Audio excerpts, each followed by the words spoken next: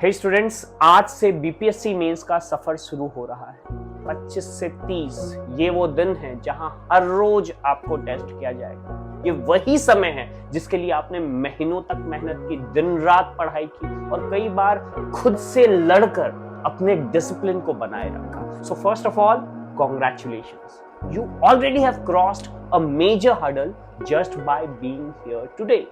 लेकिन एग्जामिनेशन में ये जो 5 दिन है, यहाँ आपका पुरजोर तरीके से टेस्ट होने वाला है। सबसे पहले टेस्ट होने वाला है आपका माइंडसेट का, इसलिए राइट माइंडसेट बहुत जरूरी है। अगर माइंडसेट की बात करें तो आज आप एग्जामिनेशन देने जा रहे हो, कल भी दोगे और हर पेपर में एक नया चैलेंज होने वाला है। लेकिन एक बात का याद रखना बहुत जरूरी है, हर क्वेश्चन एक अपॉर्चुनिटी है, ये कोई थ्रेट नहीं है, इससे डरना नहीं है। डोंट पैनिक इफ एक क्वेश्चन आपको अनफेमिलियर सा लगता है। आपको फोकस करना है रेस्ट में। कभी कभी पेपर टफ आते हैं, अगर टफ है तो सबके लिए है। सिलेक्शन उनका होगा जो पेपर के बीच अपना दिमाग ठंडा रखते हैं। मैं ये भी कहना चाहता हूं कि don't try to be perfect. बहुत स्टूडेंट होते हैं कि उनको परफेक्ट आंसर लिखना चाहते हैं। Be smart rather. ये एक मैराथन है, स्प्रिंट नहीं है कि एक बार में दौड़ जाए। हर पेपर एक बैटल है, बट पूरे एग्जामिनेशन, जिसको हम बेसिकली युद्ध कहते हैं, इस युद्ध में आपको खड़े उतरना है। You win it in one question at a time.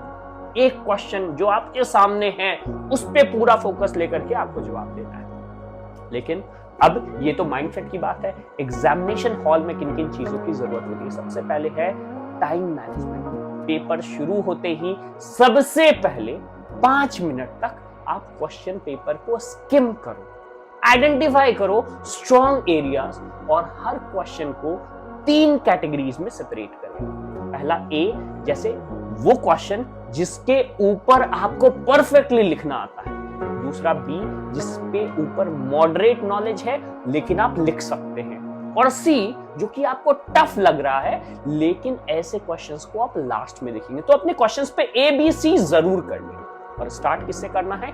A type of question, जो कि आपका मोमेंटम बनाएगा। जब तक अच्छे से जवाब लिखते रहोगे आप, कॉन्फिडेंस बढ़ता रहेगा और आपको टाइम की प्लानिंग करने में आसानी होगी। देखो, पेपर 3 घंटे का है, 180 मिनट का, और अगर 20 क्वेश्चंस हैं तो ऑन एन एवरेज आप लोगों सबने कैलकुलेट कर रखा है 8 से 9 मिनट आपको मिलेंगे। लेकिन शॉर्ट आंसर के लिए आपको 5 से 6 मिनट लगाने हैं, ताकि लॉन्ग आंसर के लिए आप अच्छे से चूंकि क्वेश्चन फ्रेम करोगे, टाइम सेव कर सको। साथ ही साथ इन सब के बावजूद, इन सारी प्लानिंग के बावजूद, प्रेजेंटेशन बहुत इंपॉर्टेंट है। आंसर कैसे प्रेजेंट करेगा? अच्छे आंसर शीट का मतलब सिर्फ कंटेंट नहीं होता कि आप भर दो।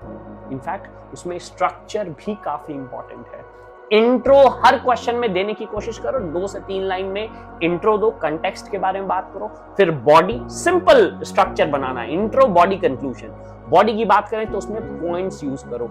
हेडिंग, सब हेडिंग, डायग्राम अगर सूटेबल है तो बॉडी में डालना ही डालना है। कोशिश करो सारे क्वेश्चन में, ये आपके क्वेश्चन को यूनिक बनाते हैं। साथ ही साथ कंक्लूजन, इसका पॉजिटिव और फ्यूचरिस्टिक टोन में एंड करना बहुत जरूरी है। हमेशा किसी क्वेश्चन को पॉजिटिव और फ्यूचरिस्टिक टोन में ही एंड करो। साथ ही साथ अगर आपका स्पीड अच्छा है तो आप अंडरलाइन कर सकते हो कीवर्ड को, लेकिन ओवरडू मत करो। मतलब सारी चीजों को अंडरलाइन करो ऐसा नहीं, बैलेंस करो। 2 या 3 या 4 ऐसे इंपॉर्टेंट पॉइंट्स हो सकते हैं एक क्वेश्चन में जो आप अंडरलाइन करोगे। साथ ही साथ डायग्राम, मैप्स, अगर ज्योग्राफी से रिलेटेड क्वेश्चंस है, पॉलिटिक्स से रिलेटेड क्वेश्चंस है, इकोनॉमी से रिलेटेड क्वेश्चंस है, तो मैप, ग्राफ, डायग्राम यूज करने की कोशिश करो। जीएस या ऑप्शनल सब्जेक्ट की में क्लैरिटी ऑफ थॉट जो होते हैं वो किंग होते हैं, they are the king. So examiner को दिखना चाहिए कि आपको पता है जो आप बेसिकली कहना चाहते हो, यू आर नॉट कंफ्यूज्ड। सो आपको इन सारे क्वेश्चंस में अगर आप पहले ही टैकल करते हैं व्हाट यू नो फर्स्ट, तो आपके अंदर कॉन्फिडेंस आता है। कई बार स्टूडेंट्स गलती करते हैं कि सबसे पहले सबसे टफ क्वेश्चंस को उठाते हैं। Don't do that. पेपर का मोमेंटम ब्रेक होता है, इजी क्वेश्चन पे पहले काम किया जाता है, टफ को एंड में टैकल किया जाता है। अच्छा, ये तो अप्रोच की बात कर दी कि किस तरह से आप पेपर को अप्रोच करेंगे। क्या क्या कॉमन मिस्टेक्स हैं जिसको अवॉइड करना। सबसे पहले over writing and wasting time. कई लोग एक ही पॉइंट को घुरा फिरा करके बार बार लिख रहे हैं, एग्जामिनेटर को इंप्रेस करने के चक्कर में रिपीटेशन करते हैं, ये अवॉइड करना है। क्रिप्स लिखना है, शार्प लिखना है, वर्ड लिमिट अगर थोड़ा कम हो गया दिक्कत नहीं। दूसरा, पुअर हैंड राइटिंग या unstructured answer. Hand writing average तो चलना ही चाहिए, कम से कम पढ़ने लोग, जिसको हम लिजिबल कहते हैं, लेकिन नीट अगर पेपर है तो और भी अच्छा। अगर आंसर स्ट्रक्चर नहीं होगा तो एग्जामिनेशनर बोर हो जाएगा। वो जो चेक कर रहा है उसे हेडिंग, सब पॉइंट्स, अगर नंबरिंग आपने कुछ जगह दे रखा है तो उसे चेक करने में आसानी को, उनकी ईज ऑफ आंसर चेकिंग के बारे में, ईज ऑफ आंसर राइटिंग नहीं कि हम कितने आराम से आंसर लिख सकते हैं, इसका ध्यान रखना है कि कितने आराम से आंसर चेक किया जा सकता है। Third, leave question unattempted. अगर ये मिस्टेक कर दिया, if you don't know a question well, आपको उसका कंटेक्स्ट जरूर लिखना है। जीरो से बेटर होगा कि आप कुछ लिख लो, एग्जामिनेशन को दिखाओ कि आप अटेम्प्ट कर रहे हो, कोशिश कर रहे हो, एफर्ट कर रहे हो, एफर्ट का मार्क्स मिलेगा। साथ ही साथ बहुत ज्यादा समय किसी एक क्वेश्चन पे स्पेंड करना ये सही नहीं होगा। कई बार एक क्वेश्चन में 20-25 मिनट चला जाता है और बचा हुआ पेपर सफर करता है। हर क्वेश्चन का टाइम लिमिट मेंटली सेट करना बहुत जरूरी है। आपका दिमाग एक अलार्म की तरह काम करना चाहिए और हर क्वेश्चन का एक टाइम लिमिट आपको सेट करना है। फाइनली, ये एग्जामिनेशन सब्जेक्टिव एग्जामिनेशन है तो लिखना ही लिखना पड़ेगा, लेकिन लिखने का मतलब ये नहीं होता है कि आप केवल लिख रहे हो और सोच नहीं रहे हो। Think while you write, use example, use real life case, use current affairs references, constitutional, philosophical quotes,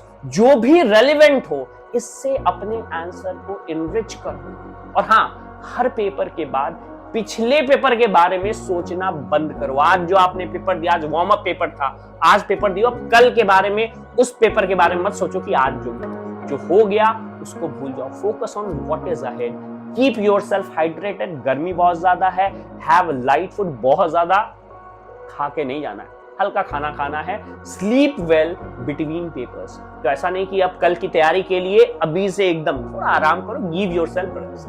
सबसे इंपॉर्टेंट है बिलीव इन योरसेल्फ। आपने जितनी मेहनत की है उसका रिजल्ट मिलेगा। बीपीएससी एक बड़ा एग्जामिनेशन है, लेकिन आप उससे भी बड़े हो। हर पेपर में अपना बेस्ट दो, और अगर गलती हो भी गई है, learn and move on, because this is a battle of consistency, not of perfection. तो चलिए, आप अपने पेन को तलवार बनाइए और हर आंसर शीट को जीत का बैटलफील्ड बनाइए। मैं आप सभी को शुभकामनाएं देता हूं, कांग्रेचुलेट करता हूं, बेस्ट ऑफ लक कहता हूं। स्टे स्ट्रांग, स्टे फोकस्ड, अपना 100% दो और फिर अपने भाग्य को अपने लिखावट पे छोड़ो। Thank you.